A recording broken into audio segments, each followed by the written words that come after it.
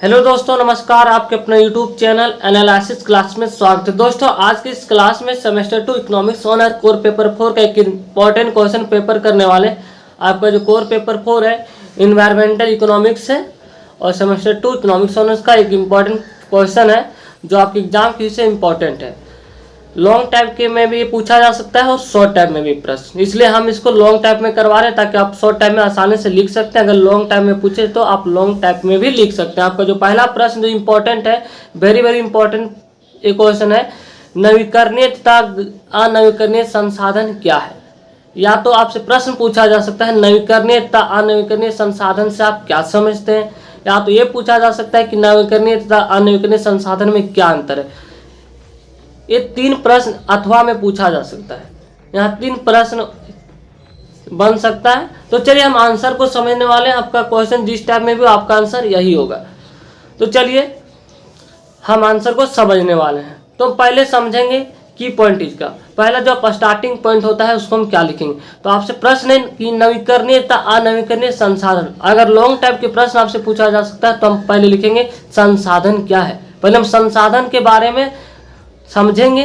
इसके बाद संसाधन की क्या उपयोग है, संसाधन कितने प्रकार के होते हैं, तब इसके बारे में समझेंगे संसाधन कितने प्रकार के होते हैं, किस किस भागों में बटा हुआ। अगर आपसे शॉर्ट टाइप में पूछा जाता तो आप डायरेक्ट लिख सकते हैं, क्योंकि शॉर्ट टाइप का आपका जो टोटल वर्ड्स 150 वर्ड में लिखना रहता है। तो आप डायरेक्ट लिख सकते थे कि नवीकरणीय और अनवीकरणीय संसाधन क्या है, उसका आप आंसर लिख देते हो जाता। लेकिन अगर आप लॉन्ग टाइप के प्रश्न को लिखते हैं तो आप पहले संसाधन के बारे में आपको बताना होगा, तब आपका अच्छा नंबर मिल सकता है इन सारे प्रश्नों में। तो चलिए पहले हम समझना संसाधन क्या है।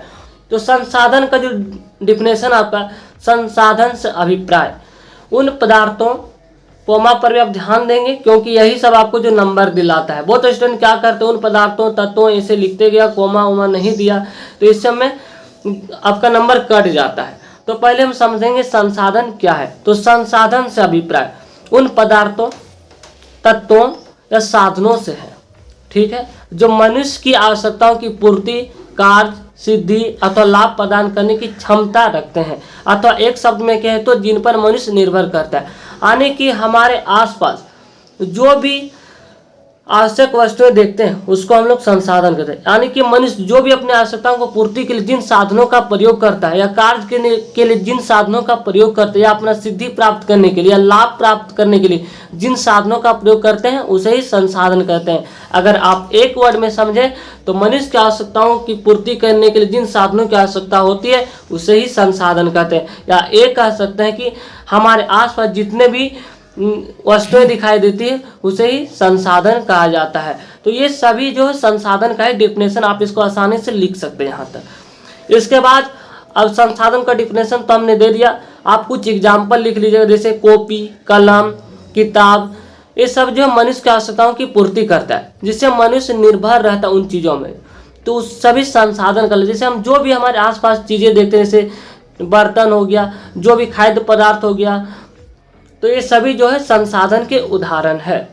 पेट्रोल हो गया, डीजल हो गया, जिससे मनुष्य क्या होती है, इसकी आवश्यकता होती है। अपनी आवश्यकताओं को पूर्ति के लिए मनुष्य जिन साधनों का प्रयोग करता है उसी को संसाधन कहा जाता है। तो यहाँ तो आपका क्लियर हो गया होगा। अब कुछ इकोनॉमिस्ट ने अपने भाषा में, अपने लैंग्वेज में इसे समझाने का प्रयास किया और अच्छा सा डिफिनेशन देने का प्रयास किया, जिनमें से आपका पहला वैज्ञानिक आप देख सकते हैं प्रोफेसर मर्फी के शब्दों में। अब हम संसाधन का तो डिफिनेशन आपको बता दिए। अब संसाधन के बारे में बहुत से वैज्ञानिकों ने अलग अलग ढंग से अपने से परिभाषित करने का प्रयास किया था, ठीक है। तो जिनमें से कौन थे, प्रोफेसर मर्फी के शब्दों में इन्होंने क्या कहा कि संसाधन जो होता है वे वस्तुएं हैं जिन पर मानव किसी दी गई अवधि में निर्भर रहता है। ये भी कथन बिल्कुल सही है मर्फी के शब्दों में कि संसाधन वे वस्तुएं हैं जिन पर मानव किसी दी गई अवधि में निर्भर रहता है। मानव जो होता है किसी भी संसाधन में हमेशा के लिए, किसी भी समय, निश्चित समय के लिए निर्भर रहता है। जैसे पैसा, ये सभी जो मनुष्य की आवश्यकता की पूर्ति करता है, लाभ प्रदान करता है, जिससे हम अपनी वस्तुओं को जो भी चीजें होती है उसको हम खरीद पाते हैं एक निश्चित समय पर। इसे प्रोफेसर मर्फी ने वर्णन किया है। नेक्स्ट है आपका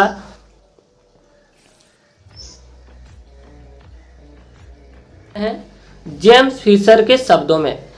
इसका कहना था कि संसाधन वह कोई भी वस्तु है जो मानवीय आवश्यकताओं और इच्छाओं की पूर्ति करता है। जेम्स फिशर के शब्दों में है कि संसाधन कोई भी वस्तु हो सकता है जो मनुष्य की आवश्यकताओं की पूर्ति और इच्छा की पूर्ति करता है, उसको ही संसाधन कहेंगे। इस जेम्स फिशर का ये शब्द कहना था। अब चलिए, अब इसके लिए जो आपका कंक्लूजन निकलता है संसाधन के बारे में, आइए उसको अब समझते हैं। तो इस तरह कहा जा सकता है कि जो संसाधन है, इतना वर्णन करने के बाद एक जो कंक्लूजन निकलता है उस चीज को हम समझने वाले कि आखिर में संसाधन है क्या। तो इस तरह से कहा जा सकता है कि संसाधन जो है, पहला पॉइंट, तो पहला पॉइंट आपके कि मानव की व्यक्तिगत एवं सामाजिक आवश्यकताओं की पूर्ति का साधन है। संसाधन क्या है? तो मानव की व्यक्तिगत एवं सामाजिक आवश्यकताओं की पूर्ति का साधन है। बिल्कुल सही बात है। नेक्स्ट पॉइंट है, दूसरा पॉइंट, कि इन पर मानव लंबे समय तक निर्भर रहता है। मानव जो हमेशा संसाधन पर ही डिपेंड करता है, इसलिए यहाँ पे लिखा हुआ कि इन पर जो होता है मानव जो होता है लंबे समय तक निर्भर करता है। जब तक मनुष्य का जीवन है उनके लिए संसाधन आवश्यक है। मनुष्य संसाधन के बिना रह ही नहीं रह सकता है। नेक्स्ट, तीसरा पॉइंट आपका, मानव एवं प्रकृति के मध्य सकारात्मक अंतर्क्रियाएं होती है। बिल्कुल सही बात है कि मानव एवं प्रकृति मध्य, पेड़ पौधे, जीव जंतु और मानव सभी जो एक मध्य में एक सकारात्मक अंतर्क्रिया होती है। चलिए अब नेक्स्ट पॉइंट को समझने वाले हैं। अब हमने संसाधन के बारे में समझ लिया है। अब संसाधन कि कितने प्रकार के होते हैं। संसाधन होते हैं बहुत प्रकार के, जैसे कुछ होते हैं मानव निर्मित और कुछ होते हैं प्राकृतिक संसाधन। जैसे पेड़ पौधे, जीव जंतु, ये सभी जो, जैसे मान लीजिए पेड़ पौधे, ये है आपका प्राकृतिक संसाधन। मानव संसाधन जैसे पेट्रोल, पेट्रोलियम एक प्राकृतिक संसाधन है। ये बहुत इंपॉर्टेंट प्रश्न यहाँ पर बहुत स्टूडेंट कंफ्यूजन कर जाते हैं कि पेट्रोलियम एक प्राकृतिक संसाधन है और पेट्रोल जो एक मानव निर्मित संसाधन है। तो बहुत से स्टूडेंट अगर पेट्रोल से आप पूछिएगा कि पेट्रोल कौन सा संसाधन, तो बहुत स्टूडेंट आपको प्राकृतिक संसाधन बताएंगे, लेकिन यह है पेट्रोल जो है आपका मानव निर्मित, क्योंकि मानव द्वारा निर्मित किया जाता है। आपको पेट्रोलियम मिलता है बट आपको पेट्रोल उससे हमको प्राप्त करना होता है, इसलिए पेट्रोल जो होता है मानव निर्मित संसाधन। तो चलिए समझते हैं कि मानव संसाधन क्या है और प्राकृतिक संसाधन क्या है। तो पहला पॉइंट आपका मानव संसाधन। संसाधन को अगर देखा जाए मुख्य रूप से तो दो वर्गों में होता है, मानव संसाधन और प्राकृतिक संसाधन। तो हम पहले समझने वाले हैं मानव संसाधन है क्या।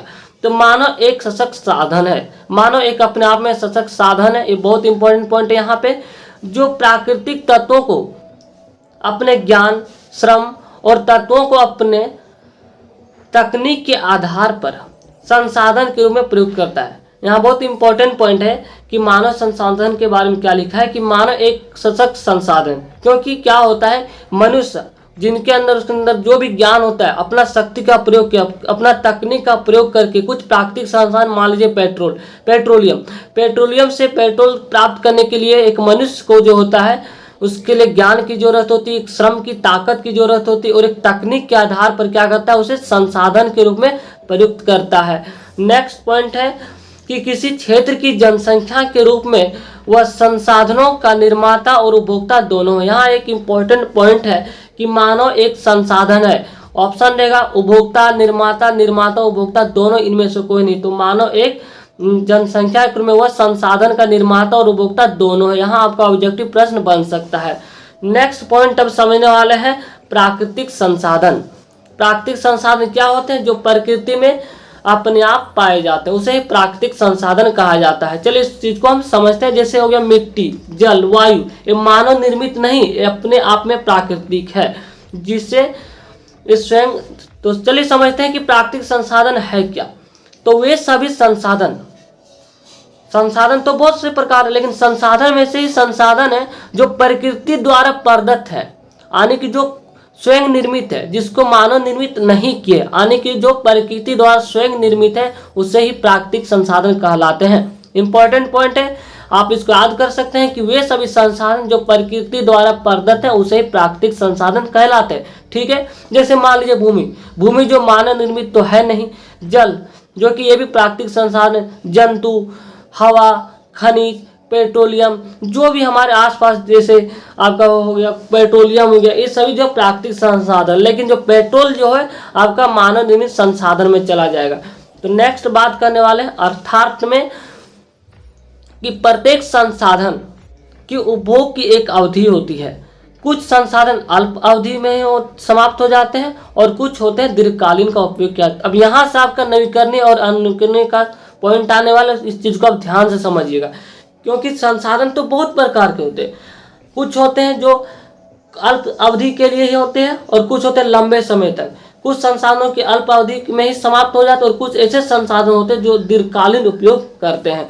जैसे आपको हम यही आपको समझाने का प्रयास करते हैं।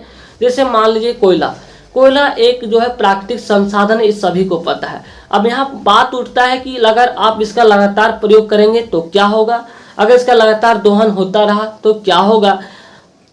जैसे आप पेड़ पौधे की लगातार कटाई करते रहे, अगर आप मान लीजिए लगातार कोयला का उपयोग करते रहे, ये भी एक प्राकृतिक संसाधन यहाँ इसके आधार पर बांटा गया है, प्राकृतिक संसाधन के अंतर्गत आता है, लेकिन इसको बांटा गया है। कुछ संसाधन जो होते हैं अल्प अवधि के लिए होते हैं और कुछ संसाधन होते हैं दीर्घकाल अवधि के लिए।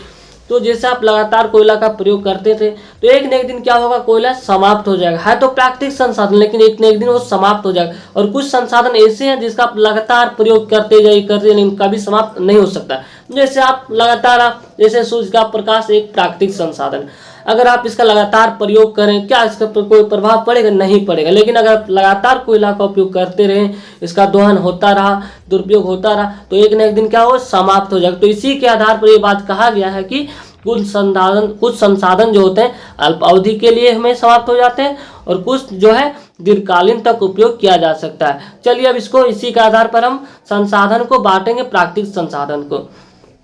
तो कुछ सतत उपयोग किया जा सकता है।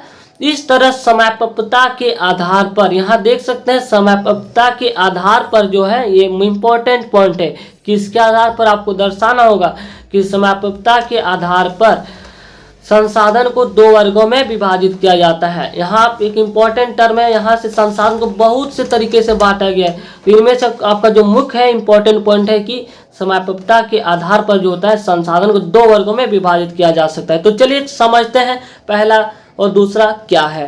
आपका समाप्तता के आधार पर जो संसाधन है मुख्य रूप से दो वर्गों में बांटा गया, जैसा कि आप देख सकते हैं। अब यहाँ से आपका नवीकरणीय संसाधन है और दूसरा है अनवीकरणीय संसाधन। अब चलिए अब समझते हैं नवीकरणीय संसाधन क्या है, अनवीकरणीय संसाधन क्या है। तो आप अगर शॉर्ट टर्म में पूछा जा सकता है प्रश्न तो आप डायरेक्ट लिख सकते थे कि संसाधन के बारे में एक लाइन लिख लेते हैं कि संसाधन वे वस्तु हैं जो मनुष्य आवश्यकताओं की पूर्ति करते उससे संसाधन करते हैं। इसके बाद आप लिख देते डायरेक्ट संसाधन दो प्रकार के होते हैं, नवीकरणीय अनवीकरणीय। तो आप इस तरह शॉर्ट टर्म में लिख सकते थे। अगर लॉन्ग टर्म में पूछा आपको इस तरह पूरा आपको वर्णन करना ही पड़ेगा। बहुत इजी है, बस आप समझना है, वैसा कुछ है नहीं। अगर आप समझ लेते हैं तो आप बिल्कुल अपने शब्दों में लिखिए, आपको नंबर बेहतर से बेहतर ही मिलेगा। तो चलिए अब समझते हैं नवीकरणीय संसाधन क्या है। तो नवीकरणीय संसाधन को समझते हैं। तो नवीकरणीय संसाधन है क्या, तो वे संसाधन जिन्हें उपयोग के बाद पुनः उत्पादित किया जा सकता है। ठीक है, अगर आप इसका लगातार उपयोग करते रहे तो उपयोग करने के बाद पुनः उत्पादित किया जा सकता है। ठीक है, दूसरा पॉइंट याद, जो पुनः प्रयोग में लाए जा सकते हैं, इनमें से कुछ असीमित है और उन पर मानवीय क्रियाओं का प्रभाव नहीं होता है। यानी कि नवीकरणीय संसाधन वे संसाधन होते हैं जिनका भंडार जो है असीमित है। यहाँ एक इम्पोर्टेंट पॉइंट, ये सब पॉइंट को समझिएगा, यही सब की पॉइंट आपका डिफिनेशन का। अगर आप ये सब पॉइंट को याद रख पाते हैं तो आप डिफिनेशन बहुत आसानी से लिख सकते हैं। तो वे संसाधन जिसका भंडार जो होता है असीमित होता है, अगर आप इसका लगातार नवीकृत होते रहता, अगर आप इसका लगातार प्रयोग करते हैं तो पुनः उत्पादित किया जा सकता है, यानी ये समाप्त नहीं हो सकते। यहाँ से स्पष्ट हो गया, जो पुनः प्रयोग में लाए जा सकते इनमें से कुछ असीमित है और उन पर मानवीय क्रियाओं का कोई प्रभाव नहीं पड़ता है। जैसे मान लीजिए सौर ऊर्जा, यानी कि सूर्य का प्रकाश, आप लगातार इसका सौर प्लेट में इस्तेमाल करते, क्या सूर्य का प्रकाश कभी समाप्त हो सकता है? नहीं, क्योंकि ये लगातार बनते रहता है, नवीकृत होते रहता है। इसका भंडार जो असीमित है और इसका मानवीय क्रिया पर बिल्कुल कोई प्रभाव नहीं पड़ता। इसे ही नवीकरणीय संसाधन कहा जाता है।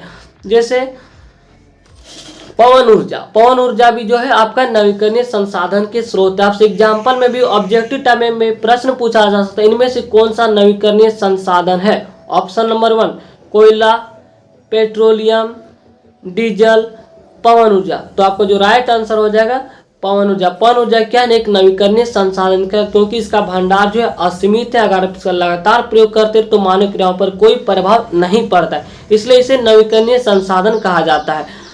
लेकिन इसमें भी कुछ है, चलिए इस चीज को समझते हैं। बट इनमें भी आपका कुछ एक्सेप्शन केस है, यानी कि अपवाद केस, उसको भी आपको समझना होगा। लेकिन क्या है, जैसे आपको देखते होंगे कि जल एक नवीकरणीय संसाधन है, इसका कभी समाप्त नहीं हो सकता। लेकिन फिर भी कुछ नवीकरणीय संसाधन जैसे जल हो गया, मृदा हो गया और वन का लापरवाही से किया गया उपयोग उनके भंडार को प्रभावित कर सकता है, क्योंकि जल जो है पूरे पृथ्वी का 3 हिस्सा जो है जल है, फिर भी जल भी एक कमी दिखाई दे रहा है। तो ये सभी जो है एक्सेप्शन केस है जिसके लापरवाही इसका उपयोग करने के भंडार पर प्रभाव पड़ता है। तो चलिए अब समझते हैं, जल नवीकरणीय संसाधन बिल्कुल प्रतीत होता है, फिर भी क्या होता है कि जल की कमी और प्राकृतिक जल स्रोतों का सूखना आज विश्व के बहुत से भागों की एक समस्या बन चुकी है। क्योंकि जल जो है तो बहुत जगह में पानी की कमी, जैसे आप देखते ही होंगे गर्मी के दिनों में, तो इस पर कहा जा सकता है कि जल एक नवीकरणीय संसाधन प्रतीत होता है, फिर भी जल की कमी और प्राकृतिक जल स्रोतों का सूखना आज विश्व के बहुत से भागों में एक समस्या बन चुकी है। यहाँ एक इम्पोर्टेंट पॉइंट है, ये पॉइंट आपको दर्शाना पड़ेगा। नेक्स्ट पॉइंट है आपका, आप समझने वाले हैं, नवीकरणीय संसाधन को हमने पढ़ लिया, अब समझने वाले हैं अनवीकरणीय संसाधन के बारे में। अनवीकरणीय संसाधन है क्या? तो वे संसाधन जिनका भंडार सीमित है। हमने नवीकरणीय में पढ़ा जिसका भंडार असीमित है। यहाँ आपको डिफरेंस समझना होगा, तभी आप एग्जाम में लिख पाएंगे। तो नवीकरणीय वो संसाधन हो गया जिसका भंडार आपका असीमित है, ठीक है। तो चलिए अब समझते हैं अनवीकरणीय संसाधन। तो वे संसाधन जिनका भंडार जो है सीमित है, भंडार के एक बार समाप्त होने के बाद उनके नवीकृत यानी जो पुनः बार बार बनाया जा सकता है अथवा पुनः पूरित होने में हजारों वर्ष लग सकते हैं। पहला पॉइंट आपका है अनवीकरणीय संसाधन का जिनका भंडार असीमित, जिसका भंडार सीमित है। इस पॉइंट पर आप ध्यान दीजिएगा। दूसरा पॉइंट अगर आप देखें तो भंडार का एक बार समाप्त होने के बाद उनके नवीकृत तथा पुनः पूरित होने में हजारों वर्ष लग जाते हैं। वे संसाधन अनवीकरणीय संसाधन कहलाते हैं। जैसे कोयला एक अनवीकरणीय संसाधन, अगर आप इसका लगातार प्रयोग करते रहे तो एक न एक दिन समाप्त हो जाएगा, क्योंकि इसका भंडार जो है सीमित है और इसे बनने में हजारों वर्ष लग सकते हैं, जिससे मानो कि जीवन समाप्त हो जाता है, इतना आपको समय लगता है कोयला बनने में। तो कहीं नहीं कि जो कोयला जो है अनवीकरणीय संसाधन के अंतर्गत आता है। कोयला हो गया, पेट्रोलियम हो गया, ये सभी है अनवीकरणीय संसाधन के अंतर्गत आते हैं। तो यहाँ अगर हम पॉइंट वाइज बात करें कि नवीकरणीय संसाधन और अनवीकरणीय संसाधन में क्या अंतर है, तो पहला पॉइंट नवीकरणीय संसाधन में होता है कि नवीकरणीय वे संसाधन होते हैं जिनका भंडार जो है असीमित है, और नवीकरणीय संसाधन वे होते हैं जिनका आप लगातार प्रयोग करते हैं तो एक कभी समाप्त नहीं हो सकता है। तीसरा पॉइंट है अगर आप इसका लगातार प्रयोग करते रहे तो मानव की क्रियाओं पर कोई प्रभाव नहीं पड़ता है। अब आप एग्जाम्पल लिख सकते हैं। आप बात करें अनवीकरणीय संसाधन को, आप तो यहाँ पहला पॉइंट लिख सकते हैं वे संसाधन जिसका भंडार सीमित है। दूसरा पॉइंट है कि इसके भंडार में एक बार समाप्त होने में हजारों वर्ष लग सकते हैं उससे पुनः पूरित होने में। तीसरा पॉइंट इसके आप उदाहरण लिख सकते हैं। तो यहाँ से आपका क्लियर हो जाता है नवीकरणीय संसाधन अनवीकरणीय संसाधन। चलिए अब इसका हम कंक्लूजन बताने वाले। इतना लिखने के बाद क्या निष्कर्ष कथन जो निकलता है निष्कर्ष को आपको दिखाना होगा। लास्ट आप निष्कर्ष जरूर लिखिएगा क्योंकि इससे आपको नंबर अधिक मिलता है। अब चलिए देखते हैं। यह अवधि मानव जीवन की अवधि से बहुत अधिक, इस प्रकार वे संसाधन अनवीकरणीय संसाधन कहलाते हैं। जैसे कोयला, पेट्रोलियम तथा प्राकृतिक गैस, ये सभी जो इसके उदाहरण हैं। इनके भंडार एक न एक दिन समाप्त होने वाले, अतः विवेकपूर्ण उपयोग किया जाना चाहिए। ये पॉइंट आप जरूर लिखिएगा, अतः से विवेकपूर्ण उपयोग किया जाना चाहिए इस पर। तो आपका जो आंसर समाप्त हो जाता है। मैं उम्मीद करता हूँ आपको सारा पॉइंट समझ में आ गया होगा। आप एग्जाम में बहुत आसानी से लिख सकते हैं। एग्जाम की विषय वेरी इंपॉर्टेंट प्रश्न है, इसलिए आप थोड़ा वीडियो का स्किप ना कीजिए, वीडियो को पूरा देखिएगा। अगर वीडियो को पसंद आए तो लाइक, कमेंट, चैनल को सब्सक्राइब कर लीजिएगा ताकि आपको आने वाले वीडियो का नोटिफिकेशन समय पर मिल सके। थैंक यू, धन्यवाद।